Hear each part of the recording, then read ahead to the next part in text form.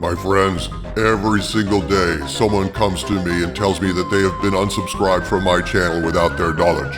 Please make certain that you are still subscribed, and if you have not subscribed, please do so in our ongoing fight to stop corporations from destroying our myths. We need your help. Thank you.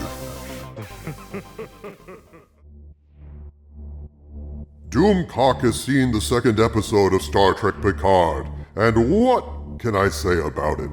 It's less offensive than the first episode was, largely because in the first episode they got a huge chunk of the brain-damaged plot out of the way right up front, and now they're waving people away from the scene of that crime. Move along to episode 2, nothing to see here. Don't worry about a synthetic being getting cloned, and the clone being a more evolved version of Data with grammatical contractions and emotions.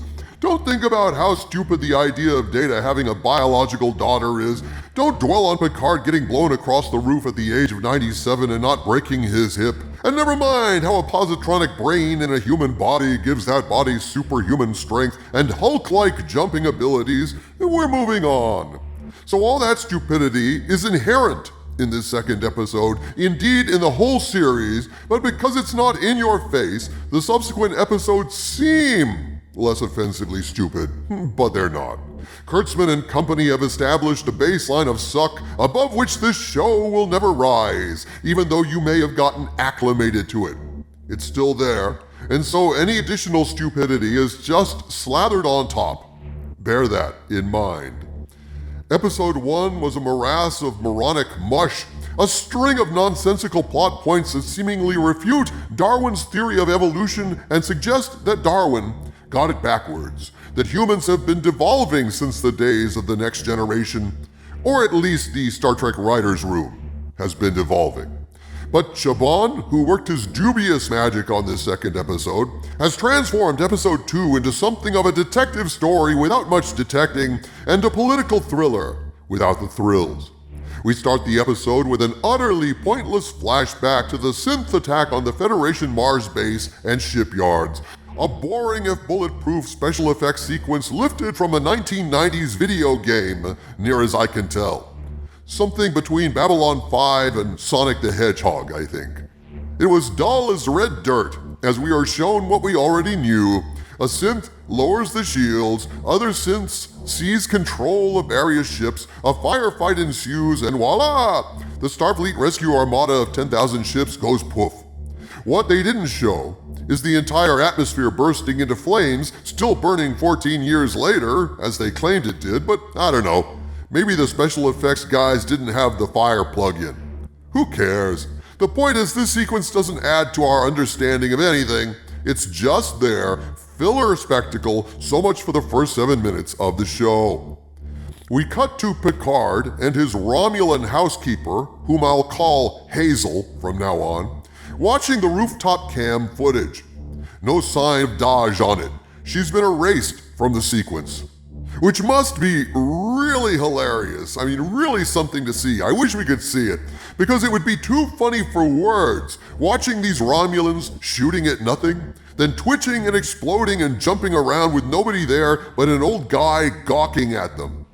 Kind of like Jimmy Stewart in Harvey, if the invisible rabbit was kicking Jimmy Stewart's ass. You'd think this would make anyone watching the tape at the Federation Police Department really suspicious how these Romulans are shooting at nothing and beating themselves up. And you'd think they'd be interrogating Picard, who is on the tape, as to how a phaser rifle explosion happened on a San Francisco rooftop, and they'd be inclined to believe him, given all the ghost foo and exploding Romulans up on that screen. But hey, turning off your brain for Star Trek Picard is mandatory. No such investigation. It's up to Picard, the Hardly boy, to investigate along with his maid Hazel, who I guess in this instance is Fancy Drew. But there's no cops, no Columbo, no reaction of any kind to this blatant and dangerous explosion in downtown San Francisco. Nope. Picard gets blown across the roof in San Francisco and wakes up on his couch in France. This is just how these idiots roll when it comes to writing scripts. Don't ask me. I'm rational. So yeah, Dahj has been erased from the video record, and Hazel, who is really milfy, by the way. She's pretty hot. I don't know, maybe it's the ears. Hazel paces around in Picard's living room, telling Picard she suspects the Jad Vash are involved, a Romulan secret service that is actually more secret service than the Tal Shiar, which I guess makes the Jad Vash a secret service with James Bond grip, but whatever. There's a long, boring exposition scene where she talks about how the Jad Vash have a secret hatred and obsession. No one knows what it is, she tells Picard. Then she tells him what it is. The Jad Vash have a hatred of synths, what we called androids back on the real Star Trek The Next Generation. Glad she knew what no one knows.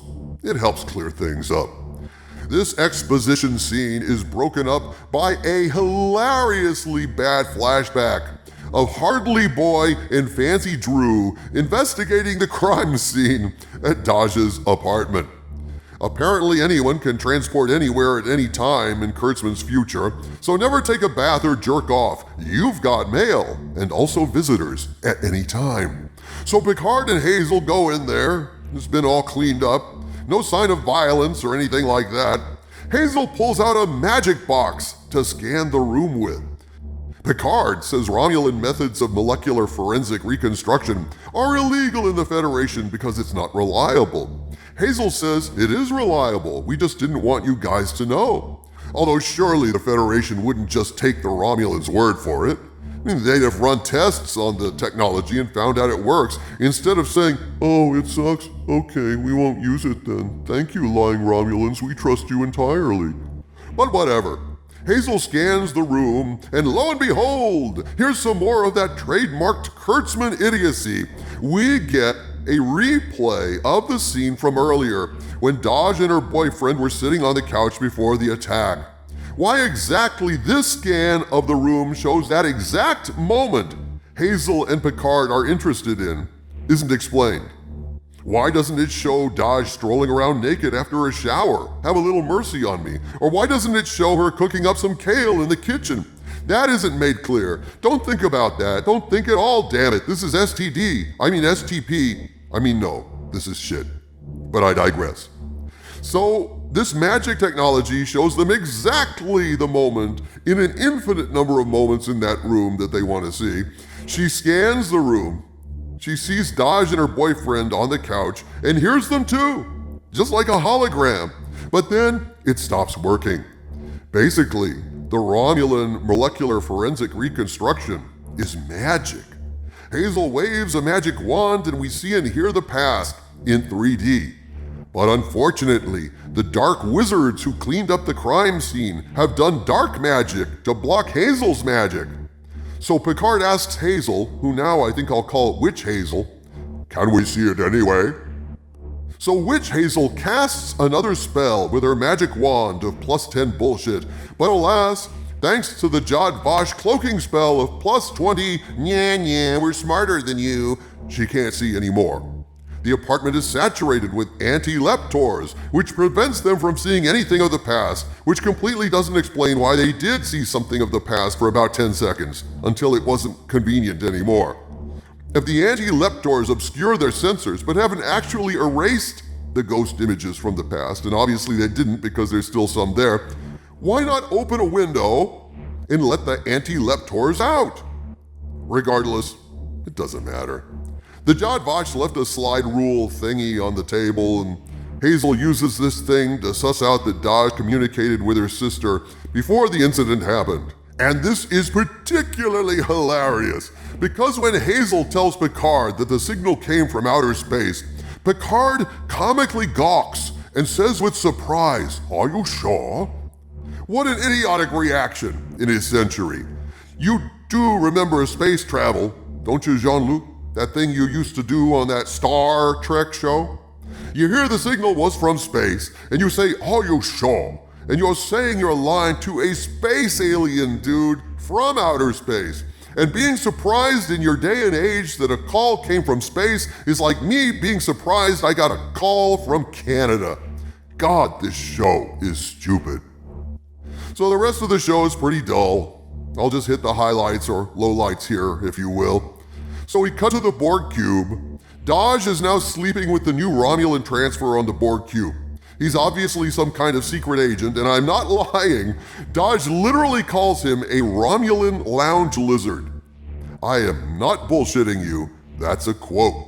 Not sure why she calls him that, but love how easily she uses 20th century slang on a Romulan agent. On the Borg cube, they're studying it, but also de-Borgifying drones, removing their tech and bagging it. That's basically what they're doing. They wear badges to protect themselves in the gray zone of the Borg ship, whatever that is, where they may encounter Borg drones who have been emancipated. Not sure what the badges do, but who cares? Of course, the Romulan lounge lizard is undercover and working with rogue Federation operatives who are actually undercover Romulans doing covert ops on Earth, which would be an act of war, by the way. And his mission is to locate Dahj's sister's nest of synths, because obviously he's Jad Vash and hates all synths, even though he's now screwing one. All the things he does for England. Yes, like James Bond, he has an English accent. Meanwhile, Picard has tried to get re-enlisted in Starfleet, wants to take a ship to find Dahj's off-world twin, but the Admiral, who is a woman, hates his guts, gripes at him, does everything but spit in his face, and kicks him out. She makes a good case for why it was idiotic for him to disobey orders and quit when things didn't go his way. The Federation isn't responsible for saving Romulans, even though they did try. But the weird thing about this scene is the contempt and loathing that she has for Picard, I couldn't help but read as the contempt and loathing that Kurtzman and all of his crew have for Star Trek, for Picard, and for all of us as fans. It just felt like Kurtzman getting something off his chest.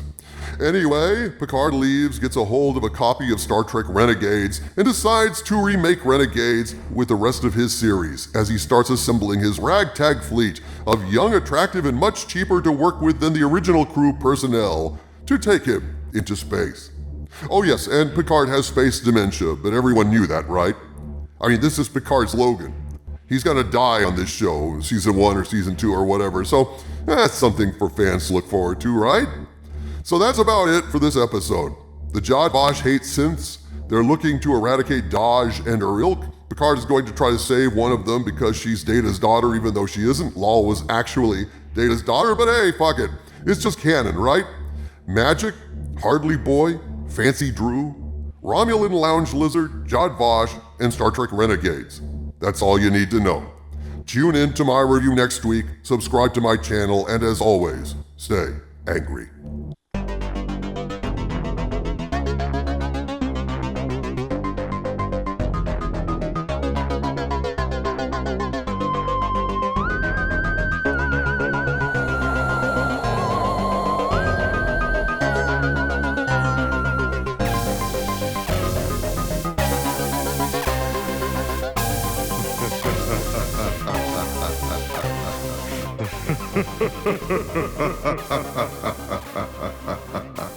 Ha ha ha ha.